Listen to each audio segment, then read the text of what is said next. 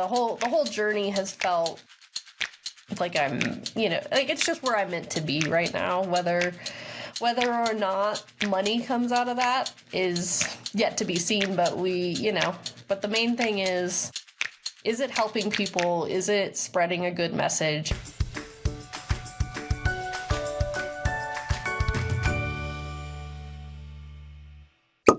All right. Heather Snodgrass has a lifelong love of novels, movies, and the creative arts. A graduate of the American Academy of Dramatic Arts, she has explored multiple avenues to bring stories to life. Her debut novel, A Love Letter to Reading, explores complex characters in a world where the arts reveal the best of the human spirit. Welcome to Uncorking a Story, Heather. Thank you. Heather, I'm curious, where does your story as an author begin? So as a kid, I started writing stories actually pretty young. I wrote a lot of stories, and at one point I remember I was super young and had this idea, and I wrote it just a little kid book, and within a year, I think it was, it ended up being like a movie, not my story, but it was a very similar story. And my dad at the time was like, you really need to start copywriting your work. And so I kind of stuck with it. And throughout school, I had English teachers who really just took to my writing and would promote it one way or another. And didn't think much of it because at the time I was really dedicated to acting and becoming a professional actor.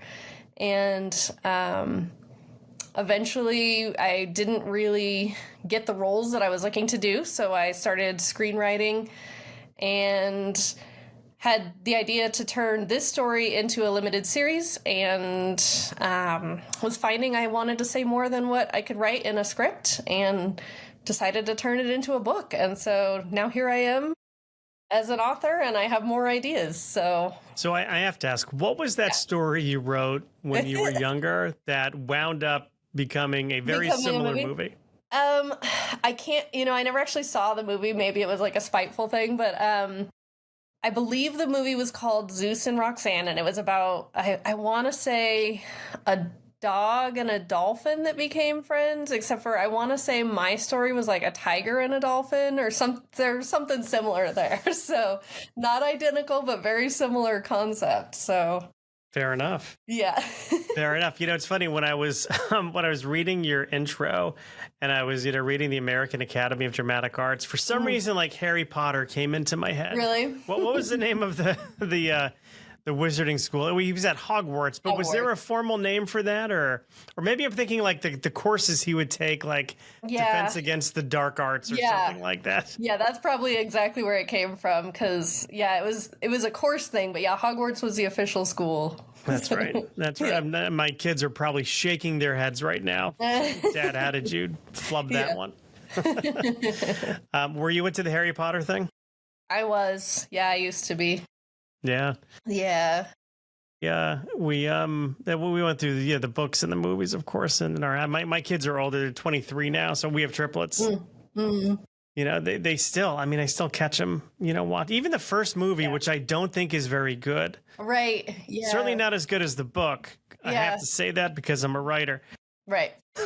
It's kind of cringy when I'm watching it now. Well, and that was the thing with those stories, is I just remember they kind of grew with the characters, and I did appreciate that back then. Yeah. Yeah. So let's dig into your debut novel, A Love Letter to Reading. What can you share with us about your debut? So the story follows Scorpion, who's a master assassin. She's raised to be an assassin for her father's / family's business, and through her upbringing, it's kind of a lonely place for her, and she ends up becoming a pediatric oncologist as an adult, but she continues being an assassin.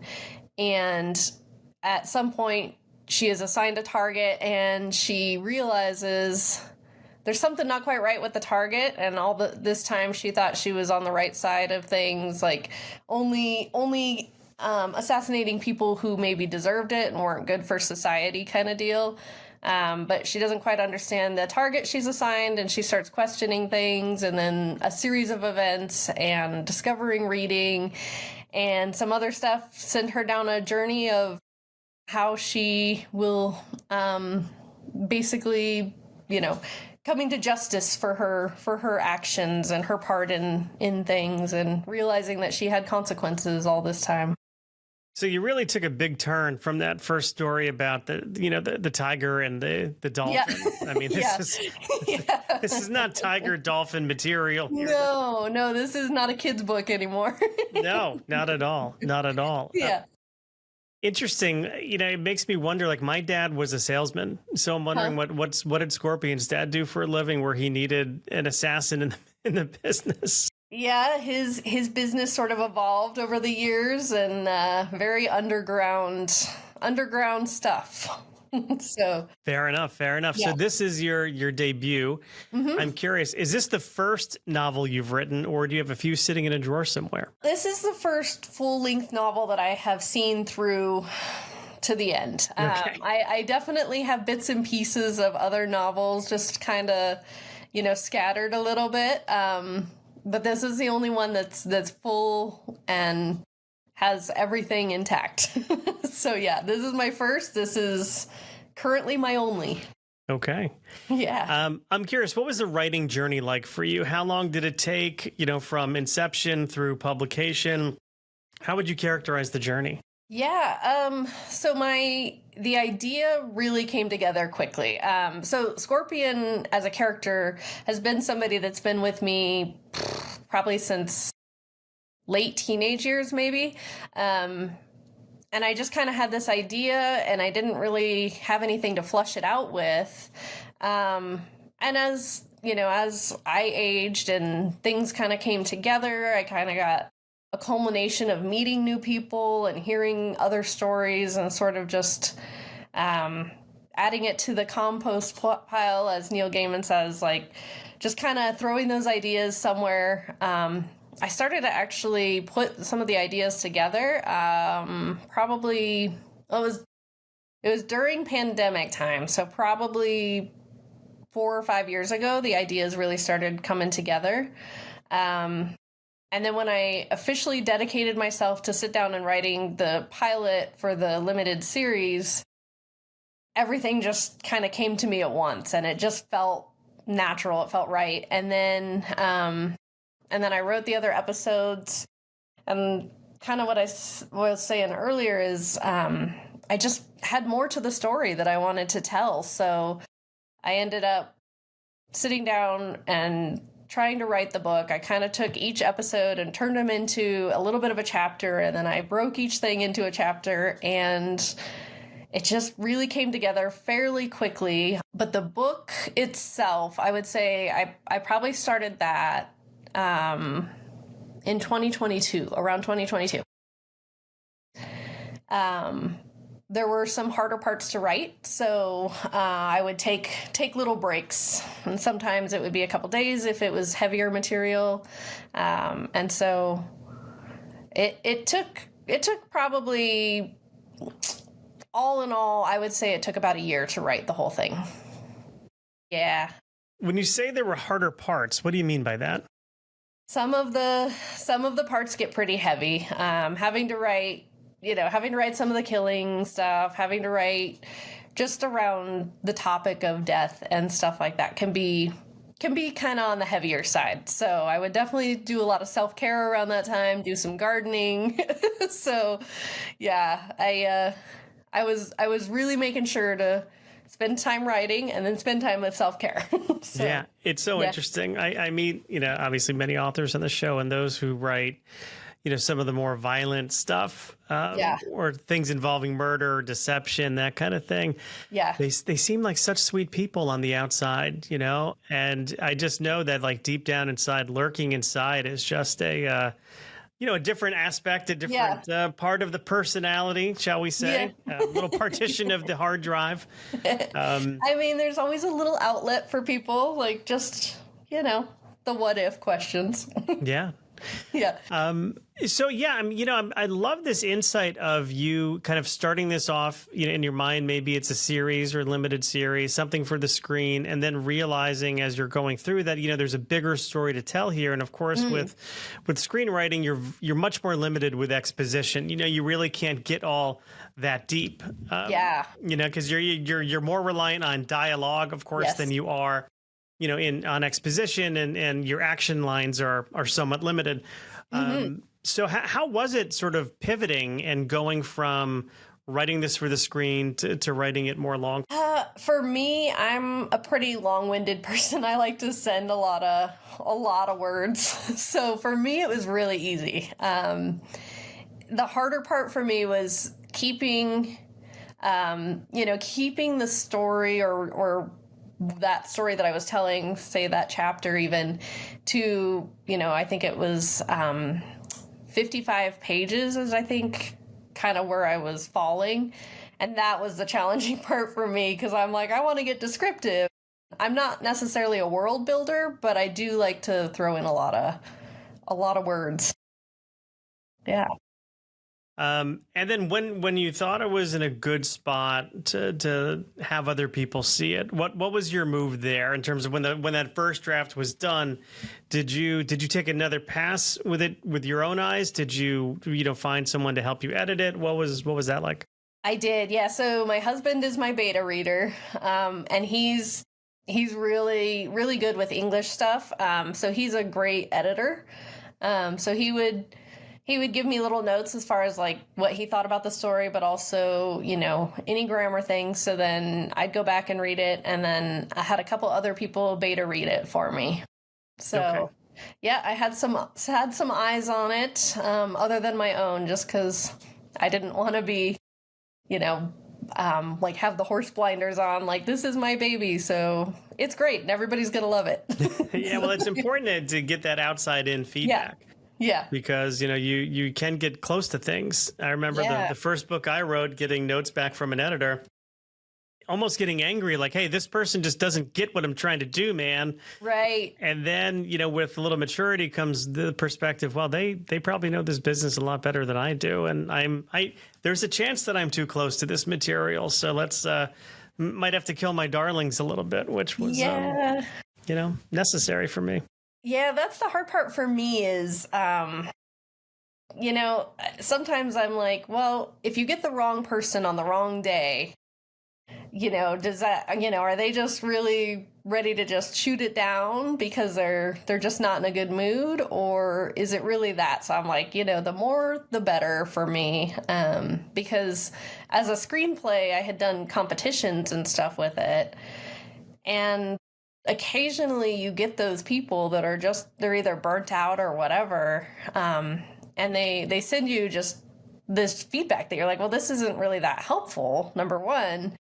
And they're just kind of like bashing on things, but it doesn't really make sense. So I take it all with a grain of salt. And I'm like, okay, if I feel like it works, I'm going to see it through.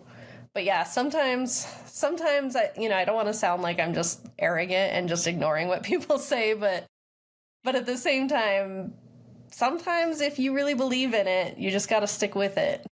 Yeah. And then tell me about your path to publication. What route did you go to get this out into the world? Yeah, I explored a few options, and what I ended up deciding was to do they're called a hybrid publisher, which is Fulton. So basically, I pay for their services, and they do a lot of the legwork with it, rather than going traditional publishing, which I believed in it enough that I could have gone the traditional publishing and waited it out. I know people who have been waiting for several years to even get someone to read it, let alone get published. And mostly I just wanted the story out there. So I was like, you know what, I'm gonna go this route. And it was good. I mean, there's definitely a learning curve for me. This is all new for me. So I just told myself in the beginning, I'm just going to take this all as like a once in a lifetime opportunity. And I'm going to, take it all with gratitude and just go forward with it. And that's what I've done. So I'm I might do things differently in the future, but I'm still grateful for the experience that I've had. Yeah, I mean it's all a learning curve. It's all a Yeah. learning curve, and there's no really wrong way to get your book out there. You Yeah. try different avenues. Yeah, the traditional publishing model, I mean, it is being challenged by hybrids, by independents, Yeah. and Yeah. Self-publishing is a big thing right now. it is. That's why there's like 8 billion books on Amazon at the Yeah, moment exactly. that we're all competing with. Yes, it's true. It's very true. I'm curious, did you learn anything about yourself going through the writing process? Any big insights into, Heather that you walked away with? Yes. Probably more than I can spend today talking about, but mostly like I was just kind of touching on this whole experience. I just told myself I'm just going to be grateful for every little step that comes, even the steps that don't feel great. They're all for a bigger purpose. So that's been the main thing, is I'm maybe I'm learning it, or maybe I'm implementing it. I haven't decided yet, but either way, I feel more grateful as a person having gone through this. Yeah. Yeah, feeling like there's a bigger purpose out there is such a big motivator. And Yeah. it feels, because I know that I was not meant to sit behind a desk for 30 years, but here I am. Right. But hopefully, the plan is to make a living eventually, which is not the easiest thing in the world to do. I mean, you're not. No. Very few people.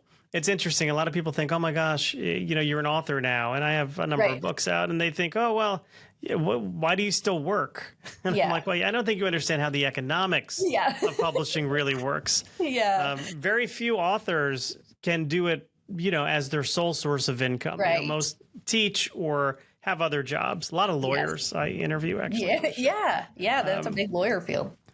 But but having that purpose, doing something with your talent that is impacting other people is tremendously motivating. Yeah, absolutely. And I'm big on that. The whole journey has felt like I'm, like it's just where I'm meant to be right now. Whether or not money comes out of that is yet to be seen, but but the main thing is it helping people? Is it spreading a good message? Is it doing good things in the world? That's ultimately why I'm doing this. So that's the most important thing for me. Yeah, that's a good way to think about it. One way I like to get to know my guests a little bit is through a couple pop culture questions, and I have to play a little I Spy as we move into the section, because I see a lot of interesting artifacts in the background, starting with John Lennon. Are you a big John Lennon fan? I am a Beatles fan. My dad actually painted that picture. No kidding. He's very talented. Yeah, and he drew Audrey Hepburn there. So those are my dad's works right there. Oh, very cool. Good shout out to Dad right there. Yeah, he's incredibly talented. Do you have a favorite Beatles song or one of your favorite Beatles songs? It really depends on my mood, but Let It Be is sort of my anthem. Yeah, that's such a good song. Such a good song. Yeah. McCartney is a wizard on that one. Because it also sounds so different than so much of the other stuff. I think that was the White Album. I can't remember. It was its own album. Oh, it was. Let It Be. Look at that. My cousin Mick, who is a Beatles savant, is now shaking his head, cursing my name. Yeah. But great tune. I just heard Across the Universe yesterday for the first time, I don't even know how long it's been since I heard that song. I believe that is on the White Album, and that song is just that amazing. Song it's incredible. And it takes so many turns throughout just the one song, and I also spy a little Pac-Man. Yeah, I'm a gamer, so got the Pac-Man. Did you ever play the OG Pac-Man game? I have the arcade that's been in my family since original 1982. No kidding. Yeah, I used to fall asleep to it as a baby. I was the one that got to take it on as an adult, so it's in our house now. Very cool. Yeah, that my brother and I in 1981 would love to go with my mother to get her hair done because they had a Pac-Man machine there. Yeah. And that's what we would do while she was getting all prettied up. It's such a good game, and it just holds up through time. Yeah, absolutely. Absolutely. I also see a little postcard of Bob Ross, I think, if I'm not Oh, mistaken. yeah, it's a little paint by numbers thing. Okay. Yeah, yeah. So, yep, I got that. There's my award that I got for the book. So that's Oh, my International Impact Book Awards. very And cool. then a friend of mine did some Lion King and Blue's Clues things for me. But yeah, so there's my pop culture for you. There it is, Blue's I mean, Clues. They just had the original Steve. Well, there's only yes, one Steve, but yes, Steve, OG host, yeah. on like I said, maybe the CBS morning show or one of those morning shows. And I'm like, oh my gosh, he's got a podcast out now. He does. And I'm like, God, this guy seems just like a solid guy. He is. You He know? is. Yeah. His podcast, I think he just did an episode about losing his dad because I think he just lost his dad recently. And so he talks about grief a lot, and it's really good. Yeah. I mean, all Yeah. these kids, mine included, kind of grew up watching Yeah. that show. So when I saw him, it brought me right back to the point where my kids were like babies. And I'm like, oh Oh, my gosh, I had an emotional moment just yeah. watching that. I was a teenager when that show came out, but I Yeah. just loved it. And so that's why a friend of mine painted it. And then several years later I kind of was nannying for a bit, and I got the kids into it, so we'd all watch Blue's Clues with the kids. So Very cool. yeah, Very cool. good times. Well, that's a good segue. What were some of the things you liked to watch when you were growing up? Man, when I was growing up, I was a big Ninja Turtle fan. All right. Care Bears, of course. A little bit of My Little Pony, which is in the book. So I had to throw that in for Ariana because that was for me. But I wasn't as much into ponies as she was. But what else did I watch? I think Hey Dude was a show on Nickelodeon for a while. I liked that one a little bit. Yeah, I was big into animals, so if it was an animal show, I liked it. Very So cool. yeah. How about music besides the Beatles? Who Oh my are some gosh. of your go-tos? Yeah, so Paul McCartney was actually the first concert I'd ever went to. That's a special memory. Yeah, I was just a kid, but my dad was a big Beatles fan, so he got me into it. And yeah, I remember we went to Paul McCartney in Boulder, Colorado, and so I don't know, I just remember the concert, and at the time maybe I didn't fully know what I knew about it, but yeah, some pretty good memory there. And then so grew up with the Beatles for sure. Just kind of everything. I'm very eclectic. Everything from oldies to, and like way oldies, to, anything modern. All right. Yeah. And if somebody came up to you and said, Heather, congrats on your new book, how could I do that? What advice might you have for an aspiring author? I mainly say keep with it. Don't get too in your head. And if you feel like you have a little writer's block, I say, for me, I like to watch movies. I like to watch shows and stuff, and that kind of inspires some writing for me sometimes. Sometimes it's just gets me out of my head just enough to get back into my head enough to get back into writing. So for me, it's that. Also, music is good for me. So whatever it works for you, maybe it's reading more, maybe it's listening to music. Usually that's the best way out of writer's block is to just indulge in other people's work and stop thinking about your own just enough to kind of let it strike inspiration for you. Yeah, it's great. Great advice. Thanks. Great advice. Sometimes I'll just start writing stream of consciousness and then, for 5 or so minutes, and then I'll go back and there'll be like a nugget in there, or there'll be at least a writing prompt or something I'll turn into a writing prompt that could. Yeah, that's great. That's a great way to do it for sure. Yeah. Okay. I think that's it. I think we're good. Where can people pick up the book, Heather? Almost anywhere. So Amazon, of course, Barnes & Noble online, although Barnes & Noble might start selling it in the store, they have said, at different locations.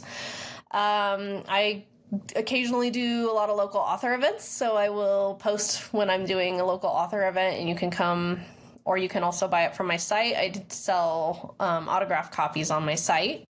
Also, if you're an ebook person, it's anywhere you read an ebook pretty much. The audiobook is getting ready to come out. My voice artist is getting ready to finish that up here shortly. I think in this next week or so, she's planning on being done with that. So that'll be available anywhere you listen to audiobooks. Yeah, pretty much anywhere. Very cool. And then are you active on social media? Do you have a website you could share with us? My website is authorheathersnodgrass.com, basically just that. And I'm most active on Instagram. Not just for author things. It's kind of my personal everything, acting, personal, it's everything Instagram. But yeah, I'm kind of all over the place. Currently I'm on TikTok. I don't know if I'll stay there. LinkedIn, I'm everywhere at the moment.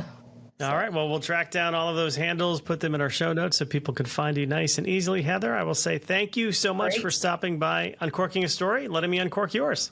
All right. Thanks so much.